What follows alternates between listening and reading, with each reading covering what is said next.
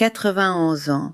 Laisse ce chiffre s'installer en toi un moment, pas comme une curiosité, comme une réalité, parce que ce que j'ai à te dire vient de ce chiffre, vient de décennies d'expérience physique qu'aucun manuel médical ne te donnera jamais, et vient d'une colère très précise que je porte depuis le jour où un médecin m'a regardé avec ce sourire condescendant et m'a dit « C'est l'âge, Madame Fujiwara, tout à fait normal pour quelqu'un de votre âge. » Je ne suis pas là pour inspirer qui que ce soit. Je ne suis pas une affiche de motivation. Je suis une instructrice. Et ce que je vois quand j'observe la plupart des gens de plus de 60 ans me met hors de moi. Non pas contre eux, mais contre le mensonge qu'ils ont accepté. Le mensonge que la douleur articulaire est inévitable. Le mensonge que le corps qui craque en se levant d'une chaise est une fatalité. Les médecins appellent ça le vieillissement normal.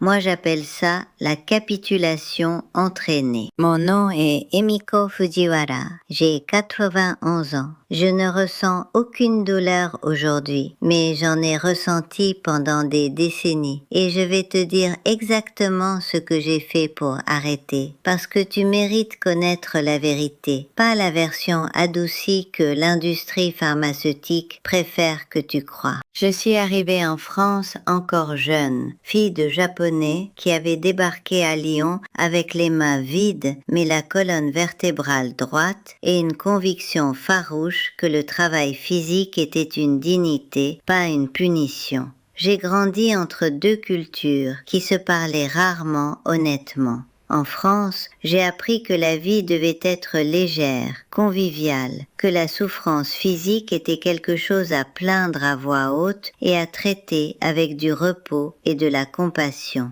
Dans la tradition japonaise que ma mère a préservée avec une dévotion presque monastique dans notre maison, j'ai appris que le corps était une responsabilité individuelle et intransmissible, que la faiblesse n'était pas un état permanent, mais une négligence temporaire qu'on avait le devoir de corriger. Ces deux visions se sont battues en moi pendant des décennies, et pendant un long et honteux moment, j'ai laissé gagner le mauvais côté. À 62 ans, je pouvais à peine me lever du lit sans m'agripper à la tête de lit avec les deux mains. Mon dos se bloquait avec une régularité cruelle, comme si les muscles paravertébraux avaient décidé de se mettre en grève permanente. Mes hanches lançaient une douleur sourde et constante qui semblait s'être installée dans les tissus comme un hôte indésirable qui avait posé sa valise sous le lit et refusé de partir, peu importe combien de fois on le demandait.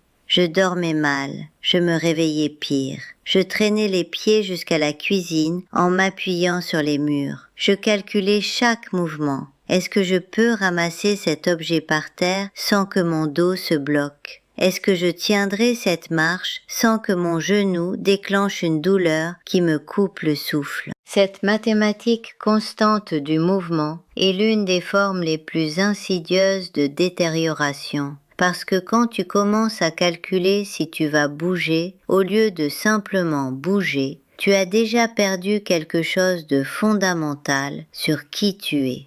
Le rhumatologue que je consultais à Lyon était un homme aimable et chroniquement débordé qui me regardait pendant peut-être 3 minutes par consultation et renouvelait les ordonnances avec l'efficacité de quelqu'un qui signe des papiers sur une chaîne de montage.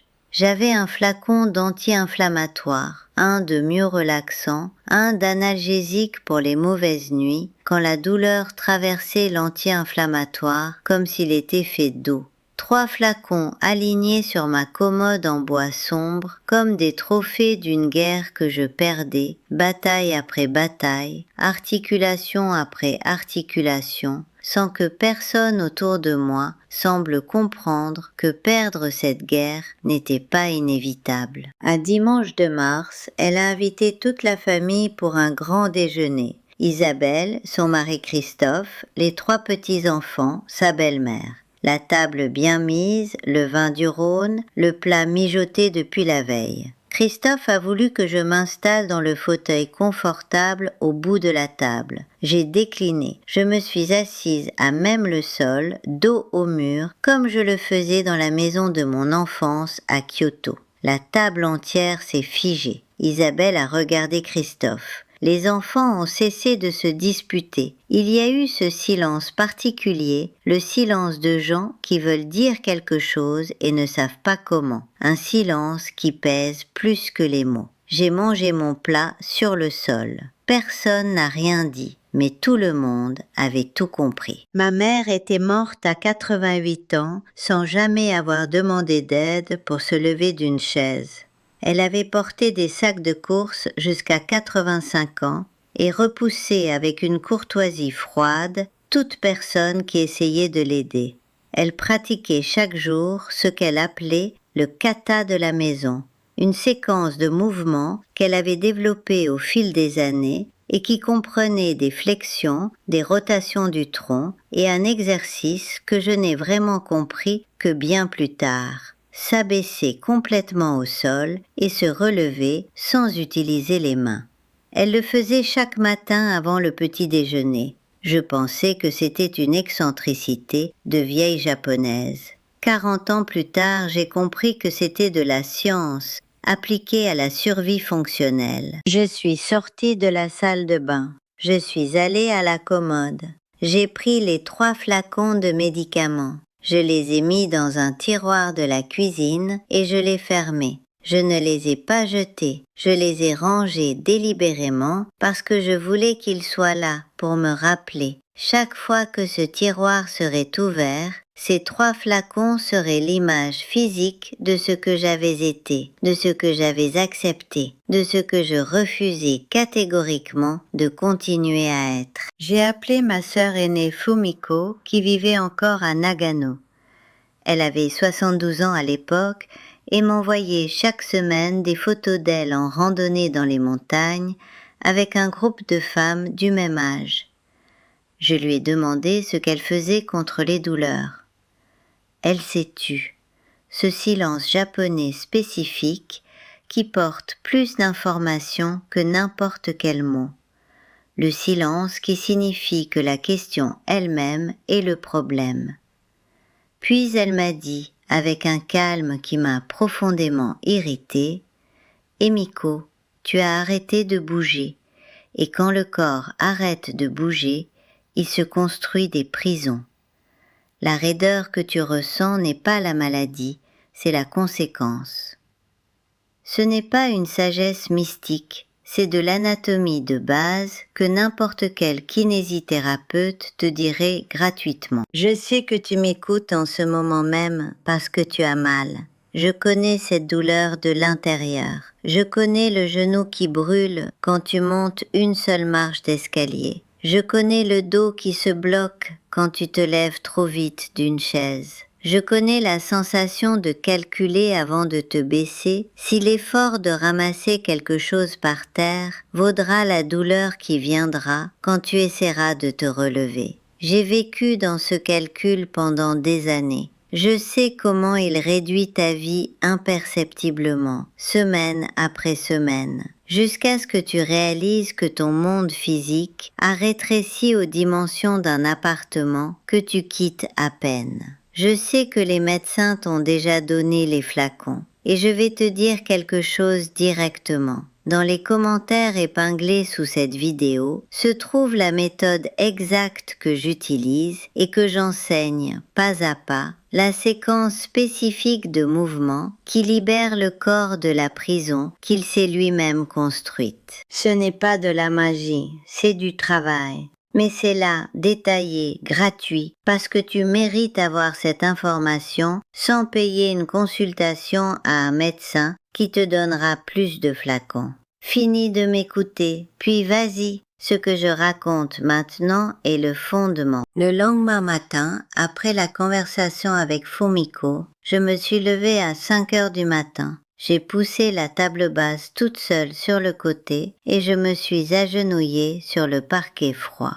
Rien que ça, je me suis agenouillée. Ça a fait mal immédiatement, avec une cruauté qui m'a fait penser une seconde qu'Isabelle et Christophe avaient peut-être eu raison. Mes rotules ont protesté avec une clarté déconcertante. Mes hanches ont envoyé des signaux d'alarme que mon cerveau a enregistrés avec toute l'attention requise. Mais je suis restée. J'ai compté jusqu'à 300, 5 minutes au sol. Puis je me suis levée, sans barre, sans chaise, sans aucun appui, en utilisant seulement les muscles de mes jambes que j'avais entraînés à ignorer depuis des années de dépendance aux surfaces. Le protocole que j'ai développé dans les semaines et mois suivants et que j'ai affiné et approfondi sur près de 3 décennies de pratique et d'enseignement n'a pas de nom poétique ni d'affiliation philosophique sophistiquée. Je l'appelle le protocole du sol, parce que le sol est le fondement littéral et métaphorique de la méthode. La prémisse centrale est celle-ci. Le corps humain a été conçu sur des millions d'années d'évolution pour s'abaisser au sol et s'en relever des dizaines de fois par jour. Quand nous cessons de faire ça, les schémas neuromusculaires qui soutiennent les articulations se détériorent. La douleur chronique que la plupart des gens de plus de 60 ans attribuent à l'arthrite ou au vieillissement inévitable est en grande partie, pas entièrement, mais en grande partie, la douleur de muscles qui ne sont plus recrutés de manière fonctionnelle. Le corps n'est pas cassé, il s'est oublié lui-même, et la mémoire musculaire peut être reconstruite à tout âge avec le stimulus correct et la fréquence adéquate. Cette distinction entre les deux types de douleurs est au cœur de tout ce que j'enseigne et de tout ce que j'ai dû apprendre d'abord sur moi-même. Il y a la douleur de la vraie blessure, qui signale un dommage tissulaire aigu, une inflammation active, une fracture, une rupture. Cette douleur doit être investiguée et respectée.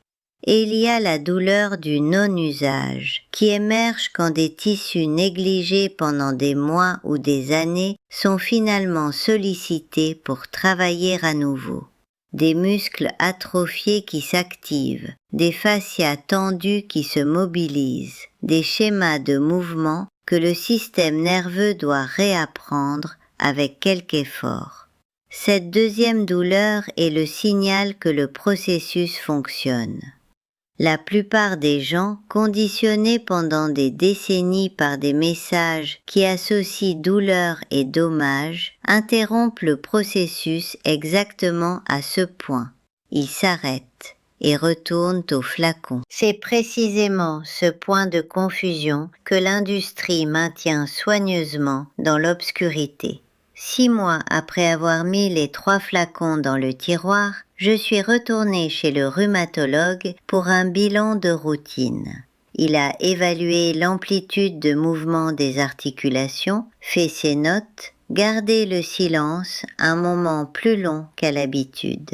Il m'a demandé ce que j'avais fait de différent. Je lui ai expliqué précisément protocole quotidien, lever du sol, squat isométrique, marche en retraite, aucun anti-inflammatoire depuis 4 mois. Il a hoché la tête de ce hochement médical spécifique que j'ai reconnu immédiatement, le hochement qui signifie que les résultats sont bons et qu'il n'intégrera pas ça dans ce qu'il fait avec d'autres patients parce que ça sort du système dans lequel il a été formé. Il m'a dit de continuer prudemment. Il a renouvelé l'ordonnance par habitude. J'ai jeté le papier dans la poubelle au rez-de-chaussée de l'immeuble. Isabelle m'a vu faire ça la 3e semaine et s'est arrêtée à l'entrée du couloir, me regardant marcher à reculons avec une expression que je ne lui avais jamais vue. Un mélange d'inquiétude sincère et quelque chose qui ressemblait fort à de l'admiration involontaire. « Maman, m'a-t-elle dit, tu vas te faire mal ?» Je me suis arrêtée et lui ai dit « Je me fais déjà mal, Isabelle. Je me fais mal depuis des années. La différence, c'est qu'aujourd'hui, je me fais mal en avançant vers quelque chose. Aujourd'hui, j'ai 91 ans.